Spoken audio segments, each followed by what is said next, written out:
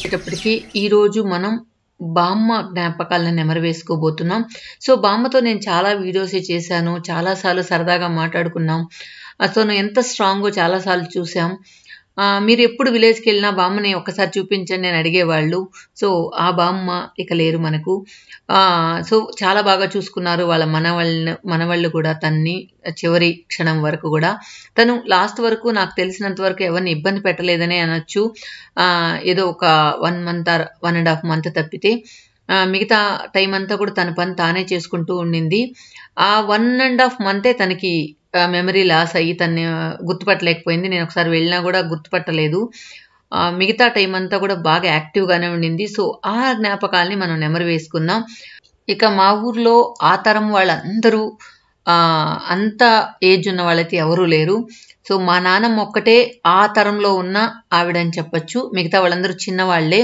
So మనమైతే అంత age వరకు బతకనే చెప్పాలి. ఇప్పుడున్న ఫుడ్ కానీ పొల్యూషన్స్ కానీ మనం ఎక్కువ రోజులు బతకనే చెప్పచ్చు. ఇక ఇందిరక చెప్తూ ఉంది, తర్వాత బామ్మ విషయంలో కూడా చెప్తుంది, మనమైతే ఆ ఏజ్లో అంత యాక్టివ్గా కూడా ఉండలేమని. బామ్మ అలాగే చిమ్మి ముగ్గేస్తూ ఉంటే చెప్తూ ఉంది. ఎంత ఓపికగా పొద్దున్నే లేసి చిమ్మి అయితే ముగ్గు అయితే అంతగా రాలేదు కానీ కొంచెం గీర్లుగా వేసింది. సో ఆ ముగ్గు వేస్తుందంట. ఈవెన్ సాయంకాలం కూడా చిమ్మి సంద ముగ్గు అంటాం, నిలువుగా కర్రలు వేస్తాం, ముగ్గు కర్రలు పొద్దునైతే అడ్డంగా వేస్తాం కదా, అవన్నీ వేస్తూ ఉంది. ఇక ఇందిరక్క ముగ్గు దీపాలతో నింపేస్తుంది అనమాట ఈరోజు. తర్వాత అవ్వ ఇంకా కడుగుతూనే ఉంది. సో అవ్వ ముగ్గు కూడా మీకు చూపిస్తాను ఎలా ఉంటుంది అనేది. సో ముగ్గు పిండి కూడా సరిగా లేదు, ఏదో సున్నం ఏదో కలిపిందంట, బాగా రాలేదని ఇందిరక్కను కూడా అడిగి ఆ ముగ్గులో ఏదో కలుపుకుందంట. సో చూసారా ఎంత ఓపిక్గా ఆ లోపల ఉన్న కడప బయట ఉన్న కడప కడిగి అక్కడ ముగ్గేస్తుంది. సో నిజంగా ఈ అవ్వని చూస్తే ఎంత యాక్టివ్గా ఉందబ్బా ఈ ఏజ్లో కూడా అని అనిపిస్తోంది. కానీ ఈరోజు ఎందుకో కొంచెం డల్గా అనిపించింది. అడిగాను, ఏంటి డల్గా ఉన్నావంటే ఏదో కొంచెం తలనొప్పిగా ఉంది నైట్ అంతా అని చెప్పింది. ఇంకా ఇందిరక్క పూలు కోసి ఇక్కడ కడపల్లో పెట్టాలని పూలు కోస్తూ ఉంది. ఏమైనా పల్లెలోనే చూడాలి ఇలాంటివి. పచ్చగా వాకిళ్ళలో కల్లాపు చల్లుకోవడం, ముగ్గులు పెట్టడం, ముగ్గులకి రంగులు దిద్దడం అలాంటివి. ఈవెన్ మన సిటీస్లో కూడా రంగుల ముగ్గులు అక్కడక్కడ పెయింట్తో వేసి ఉంటాయి, లేదంటే ముగ్గురాళ్ళతో వేస్తారు. కానీ ఈ విధంగా ముగ్గు పిండి ఉపయోగించి పచ్చని కల్లాపు చల్లి వేయడం అనేది మనం పల్లెల్లోనే చూడాలి. చూసారు కదా కడపల్లలో 2 వైపులా పువ్వులు పెడుతుంది. ఇది కూడా రోజు పెట్టరు, ఫ్రైడే సాటర్డే అలాంటి రోజుల్లో పెడతారనమాట. ఇది ఇందిరక్క ముగ్గు రెడీ అయిపోయింది. ఇంకా మనం ఈ అవ్వ ముగ్గు ఎలా వేస్తుందో చూద్దాం. సో నేను ఏదైనా వేస్తుందో చూస్తే గీరలు గీస్తూనే ఉంది. అలా చాలా గీరలు గీసిందనమాట. అదే అడుగుతూ ఉన్నాను, ముగ్గు రాదా నీకు అని అంటే గుర్తు రావట్లేదు, మర్చిపోయాను, అప్పుడు వేసేదాన్ని ముగ్గులు అని చెప్తూ ఉంది. కొంచెం చెవులు వినిపించవు, కొంచెం మనం పెద్దగా అరవాలన్నమాట మాట్లాడాలంటే. తను వాయిస్ కూడా కొంచెం అంత స్పష్టంగా అయితే ఉండదు. ఒక అమ్మాయి ఎవరో అడిగింది, అక్క బామ్మతో ఇంటర్వ్యూ చేయండి అని చెప్పి. సో తనకి పెద్దగా అరవాలి, తన వాయిస్ కూడా మనకు బాగా రీచ్ అవుతుందా లేదా అనేది నాకు చిన్న డౌట్ ఉంది. చూస్తాను. కొంచెం ఈరోజు బామ్మ అయితే డల్గా అనిపిస్తుంది, అందువల్ల తను ఇబ్బంది పెట్టదలుచుకోలేదు. రేపు ఏదైనా కొంచెం తను యాక్టివ్గా కానీ ఉంటే కనుక రేపు తనతో మాట్లాడిస్తాను. చాలా యాక్టివ్ అనమాట. అంటే చూసారా ఈరోజు కొంచెం హెల్త్ బాగాలేదు, కొంచెం డల్గా ఉన్నా కూడా తను నీట్గా చిమ్మి ముగ్గేసి తర్వాత స్నానం చేసి సూర్య నమస్కారం చేసి తర్వాత బ్రేక్ఫాస్ట్ చేస్తుందంట. ఇది ఆమె డైలీ రొటీన్. అందులో ఏ చేంజెస్ ఉండవు. ఎప్పుడైనా మరీ అసలు లేవలేని పరిస్థితిలో ఉంటే తప్పితే తను ఎప్పుడు హెల్తీగానే ఉంటుంది. ఎందుకంటే ఆ రోజుల్లో ఫుడ్ ఆ విధంగా ఉండేది. తను అంతేకాకుండా ఫుడ్తో పాటు తను ఎప్పుడు యాక్టివ్గా వాళ్ళ ఇంట్లో అందరికంటే కూడా ఎక్కువ పనిచేసేది ఈ అవ్వే ఎక్కువ పనిచేసేది అనమాట.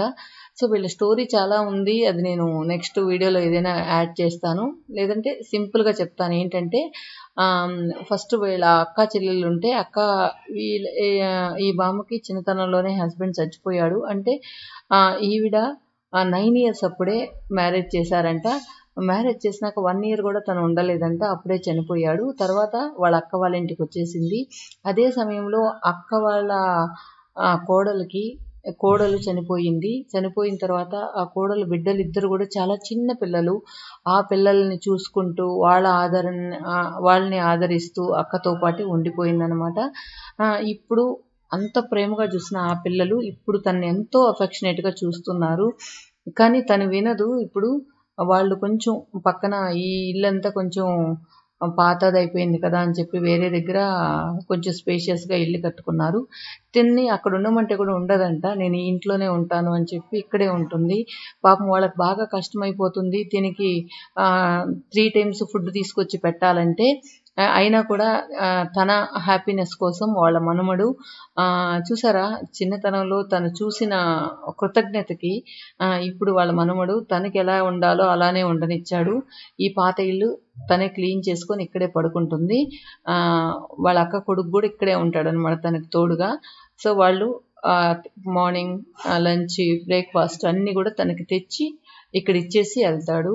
అంతేకాకుండా తను బెల్లం ఇష్టం అంట, చిన్న చిన్న ముక్కలు చేసి వాళ్ళ మనమడు కొనుక్కొచ్చి ఇచ్చేసి పోతాడు. బెల్లం ఒక్కటే తింటుంది, మిగతా అంత ఇష్టంగా తిందనమాట. ఆమెకి తినడానికి కావాలంటే బెల్లం ఒక్కటే కావాలి, అందువల్ల బెల్లం కూడా ముక్కలు ముక్కలుగా చేసి వాళ్ళ మనమడు ఇచ్చేసి పోతుంటాడు. ఇదన్నమాట బ్రీఫ్గా తన స్టోరీ. చాలామంది అడిగారు బామ్మకి ఎవరు లేరా, తను ఒక్కటే ఉంటుందా అని. తనకి అందరూ ఉన్నారు, 2 మనుమలు ఉన్నారు. మనములు అంటే వాళ్ళ అక్క మనమళ్ళు. సో వాళ్ళ పిల్లలు వాళ్ళందరూ ఉన్నారు. సో ఒక అబ్బాయి అయితే హైదరాబాద్లో ఉంటాడు, ఒక అబ్బాయి అయితే మా ఊర్లోనే ఉంటాడు. తను కూడా వ్యవసాయం చేస్తుంటాడు. తను కూడా బాగా బామ్మని బాగా కేర్ తీసుకుంటాడు. నిజంగా ఇలాంటి పిల్లలు కూడా ఉన్నారా అనిపించే విధంగా బాగా చూసుకుంటారు. తను పొలంలోకి వెళ్ళా కూడా బామ్మకు ఆకలి అవుతుందని తొందరగా వచ్చి బామ్మకు ఫుడ్ ఇచ్చేసి తర్వాత ఏదైనా పని చూసుకుంటాడు. అదే అంటూ ఉంటాడంట, మన ఉండే దగ్గర మన ఇంట్లోనే ఉంటే ఇంత ప్రాబ్లం ఉండదు కదా, నాకు ఇంత కష్టం ఉండదు కదా డైలీ ఫుడ్ ఇవ్వడానికి అని చెప్పి బామ్మ సంతోషం కోసం అన్ని తన మనవడు చేస్తూ ఉన్నాడు. సో తన ఫుడ్ హ్యాబిట్స్ ఏంటి, తను ఎందుకు ఇలా స్ట్రాంగ్ గా ఉంది, ఇంత స్ట్రాంగ్ గా ఉండడానికి కారణం ఏంటి అనే క్వశ్చన్స్ చాలా మంది వేశారు కదా. సో మనం బామ్మ మాటల్లోనే విందాం సరదాగా. ఇక ఎందుకు ఆలస్యం, బామ్మ ఇంటికి వెళ్ళిపోదామా? సో బామ్మ ఏం చేస్తుందో చూద్దాం, తనతో మాట్లాడిద్దాం.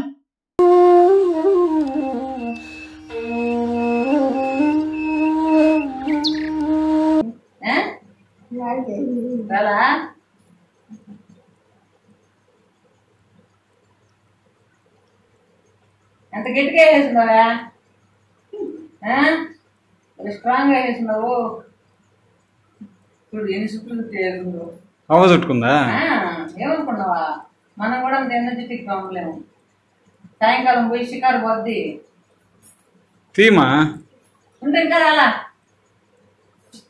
అన్ని రెడీ అయిపోయి సాయంకాలము ఆడ బయట ఇదుల్లా గోడ ఆడ కూర్చుంటూ పోయి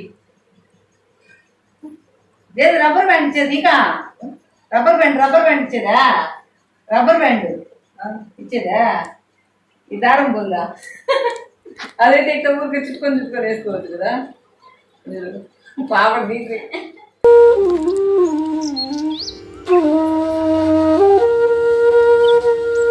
ఏం తిన్నావు ఈరోజా, ఏం తిన్నావా చూపించు. ఈరోజు ఏం తిన్నావు, ఏం తిన్నావా?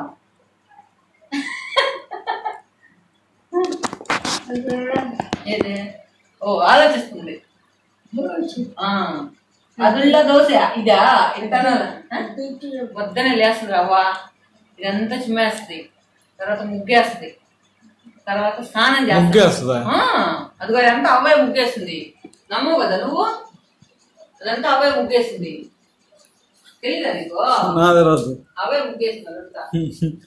అట కొంతమంది ముసలోళ్ళ దగ్గర ఏంటంటే కొంచెం స్మెల్ వస్తూ ఉంటుంది కదా, నీట్గా అసలు ఉండనే ఉండదు. అట్లా అంతా ముగ్గంతా వేసేసిన తర్వాత నీళ్లు స్నానం చేసేసి అంతకుముందు ఇట్లా కట్టిపోయేసి కాసేది స్నానం చేసి అప్పుడు నీట్గా డెకరేట్ చేసుకొని నీట్గా జడేసుకొని అప్పుడు అటు పోయి కూర్చుంటుంది అనమాట. దో ఇది చుట్టూ సరే కట్టబడలే నువ్వు కట్టుకుంటావు ఒక దాన్ని ఇచ్చిన సరేలే కట్టబడలే అట్ట పెట్టుకో.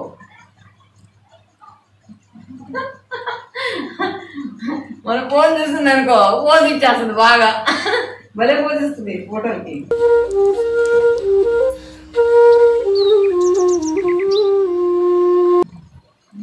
సుడతా ఉంది చూడు సుట్టి సుట్టి సుట్టి సుట్టి వావ్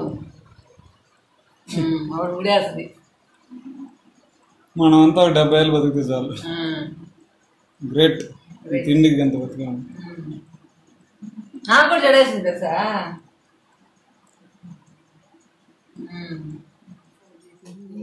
ఎవరామె ఎవరా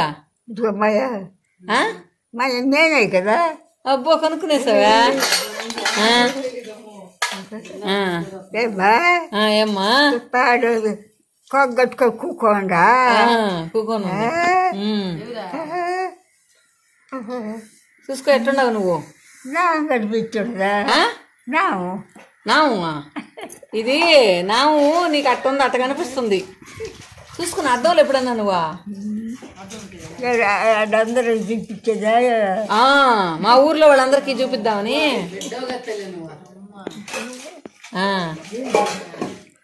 బాగుంది అవ్వ లోపల అవ్వ బాగుంది లోపల బాగుందా. చెయ్యి ఉప్పు మా వాళ్ళకే చెయ్యి ఉప్పు. అబ్బా ఫోజ్ చూడండి పెట్టేస్తుందా. టాటా చెప్పు అవా టాటా చెప్పు. కవిత కవిత చూస్తుంది నిన్ను. కవిత కవిత చూస్తుంది నిన్ను. కవిత మణి వాళ్ళందరూ చూస్తారు నిన్ను. కవిత మణి అందరు చూస్తారు.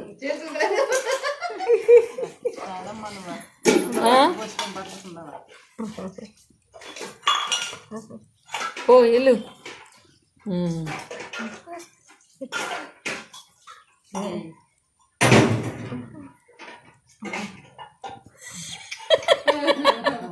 ఏందో మాట్లాడుతుంది. ఏం మాట్లాడుతున్నావా ఎదురుగా ఎవతో ఏం మాట్లాడుతున్నావా. ఎవరా ఎవ ఎవరా ఎవరా ఎవ్వా మాట్లాడుతున్నా నువ్వా. టాటా చెప్పు. బాగుండారా అని అడుగు. బాగుంటారా బాగుండారా.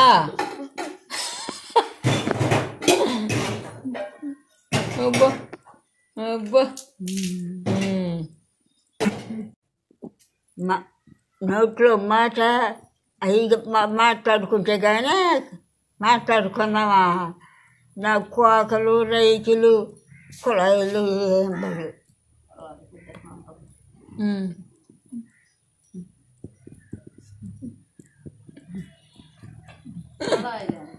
కుళాయిలా కుళాయిలా చూసారు కదా. నాకేమీ వద్దు నాతో ప్రేమగా మాట్లాడితే చాలు అంటుంది బామ్మ. తర్వాత నేను నా జడంతా రేగిపోయిందంట. ఎందుకు జడేసుకోవచ్చు కదా ఎందుకు అలా ఒక్కలా ముక్కలా ఉన్నావు అని చెప్తుంది. తర్వాత నువ్వు వేస్తావా జడ అంటే నేను వేస్తానని చెప్పింది. సరే నేను బామ్మ చేతి ఇప్పుడు జడ వేయించుకోబోతున్నాను. సో తను ఎలా వేస్తుంది ఏంటి అనేది చూడండి.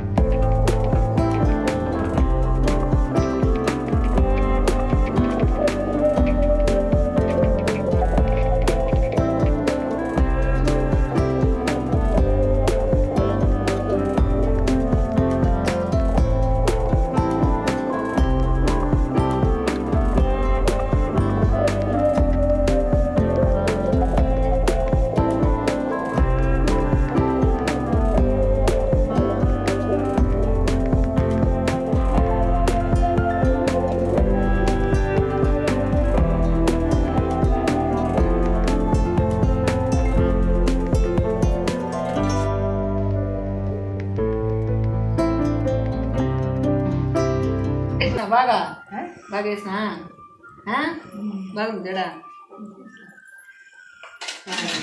106 సంవత్సరాలు ఎంత బాగా దువ్వి జడేసింది చూడు. క్లిబ్బు మాత్రం నాకు రాదు అని చెప్తుంది. ఇంకోటి చూడు ఎంత నున్నగా దూకొని ఉందో. ఎప్పుడు చూసినా టిక్ టాప్గా రెడీ అయిపోయింది. ఆడు చూడు వాళ్ళందరికంటే జడేస్తా వాళ్ళందరికంటే జడేస్తా వాళ్ళందరికి జడేస్తావా వేస్తా పొద్దున వేస్తాంట అందరికి పని ఉందంట ఇప్పుడు. వాళ్ళందరికి జడేస్తావంటే లైట్ ని దీపం పెట్టాలంట. వాళ్ళందరికి జడేస్తావంటే పొద్దున వేస్తే ఇప్పుడు నాకు దీపం పెట్టాలి పొయ్యి అని. సరే పెట్టే సరిపో పెట్టేసి రాబోతే